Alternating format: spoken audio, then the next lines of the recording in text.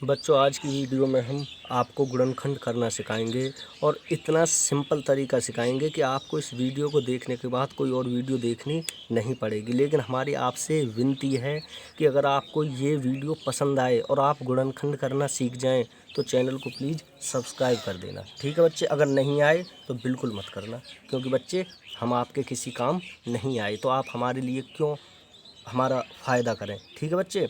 तो देखो, जब हम गुणनखंड करते हैं तो बच्चे सबसे पहले वाले को और सबसे लास्ट वाले को उठा के इधर रख लो।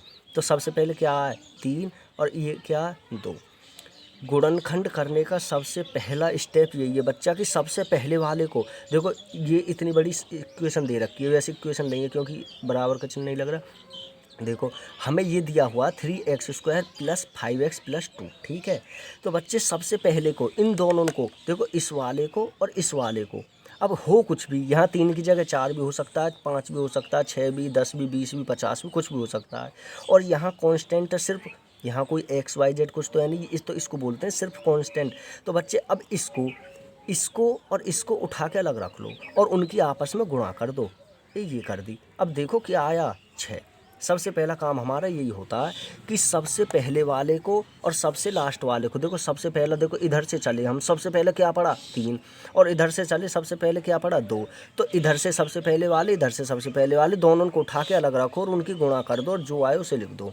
सबसे पहले हमने गुणा करी और क्या आया? 6 आ गया हमारे पास। अब बच्चे देखो, जब इधर से चलते हैं हम, यानी अपने सीधे हाथ की तरफ से, तो सीधे हाथ की तरफ से जो भी संख्या पड़ती है उसके आगे वाले चिन्ह को देखें। किसका चिन्ह है? ये चिन्ह है जोड़ का। किसका चिन्ह है?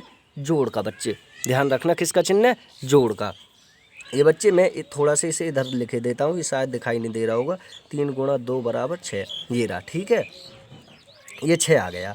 अब देखो, सबसे सीधे हाथ वाली तरफ से जब हम चलते हैं, जो संख्या पड़ती है उसके आगे जो सब चिन्ह होता है उसको लिख लेते हैं।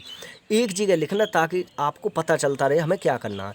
तो बच्चे अब ध्यान से देखो कि इस 6 के इन दोनों की गुणा करने के बाद जो 6 आया है, इसके ऐसे टुकड़े करने हैं जो जोड़ने पर 5 आ जाए। ये वाला 5 आ जाए। देखो कि समझ में आया? सबसे उल्टे हाथ माई से और सीधे हाथ माई से दोनों तरफ से इसकी ओर बढ़ो। ये बढ़ने लगे, हम बढ़ रहे हैं बच्चे। तो सबसे पहले इस हाथ पे जो सबसे पहले पड़ेगा उसको उठा के रख लो अलग, और इस वाले हाथ पे जो पड़ेगा उसको उठा के रख लो। दोनों की गुणा करो और लिख दो कितना आया। अब देखो कि उल्टे हाथ की तरफ से जब हम चले हैं, ये इस तरफ से, तो इस संख्या के आगे कौन सा चिन्ह है? जोड़ का। जोड़ का चिन्ह लिखो। अब इस x के आगे क्या है उसको लिख दो। लिख दिया? तो बच्चे अब इसको 5 जोड़ लिख दिया हमने, 5 जोड़। तो 6 के ऐसे टुकड़ा करने हैं जो जोड़ने पर 5 आ जाए। तो बच्चे अब टुकड़ा करके देखो। तो हम टुकड़ा कैसे करते हैं? सबसे छोटी संख्या लेते हैं, 1 को छोड़ देते हैं। तो सबसे छोटी संख्या फिर क्या पड़ी? 1 के बाद 2 पड़ी। तो 2 का अगर 6 में भाग दें तो कितनी बार जाएगा? 3 बार जाएगा। अब देखो, अब 3 के टुकड़ा करो तो 1 से तो करते नहीं है, 2 से होंगे नहीं, तो क्या बचा? 3 बचा। 3 एक अन्ना 3। तो बच्चे अगर हम देखें तो 6 के टुकड़ा करने पर हमें 2 संख्याएं मिली, एक 2 मिली और एक 3 मिली। ठीक है बच्चे? अब देखो, मैंने क्या कहा था कि जोड़ने पर इसके ऐसे टुकड़ा करो 6 के। देखो, इन दोनों की गुणा करने पर 6 आया, और 6 के ऐसे टुकड़ा करने हैं जो जोड़ने पर 5 आ जाए। तो बच्चे देखो, 6 के टुकड़ा करने पर आया हमें 2 और 3। अब 2 और 3 को जोड़ने पर 5 आ सकता है? आ सकता है बच्चे। 2 + 3 = 5। तो अब हम क्या करेंगे? अब बच्चे देखो, हम क्या करेंगे?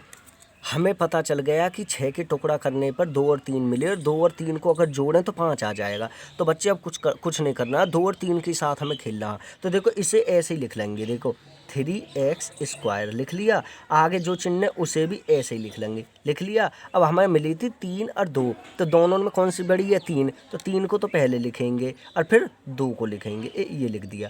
3 और 2 हमें 5 लाने थे, और 5 के साथ क्या था? x था। तो दोनों के पीछे x लगा दो। और चिन्ह किसका था? जोड़ के लाने थे हमें, तो दोनों में जोड़ लगा दिया। कुछ समझे? बहुत आसान है बच्चे। देखो, इसको हमने ऐसे ही लिखा। 2 और 3 हमें 6 के टुकड़ा करने पर मिले, और हमने देखा कि दोनों को अगर जोड़ दें तो 5 आ जाएगा। तो दोनों को हमने लिख दिया और दोनों के बीच में जोड़ का चिन्ह लगा दिया।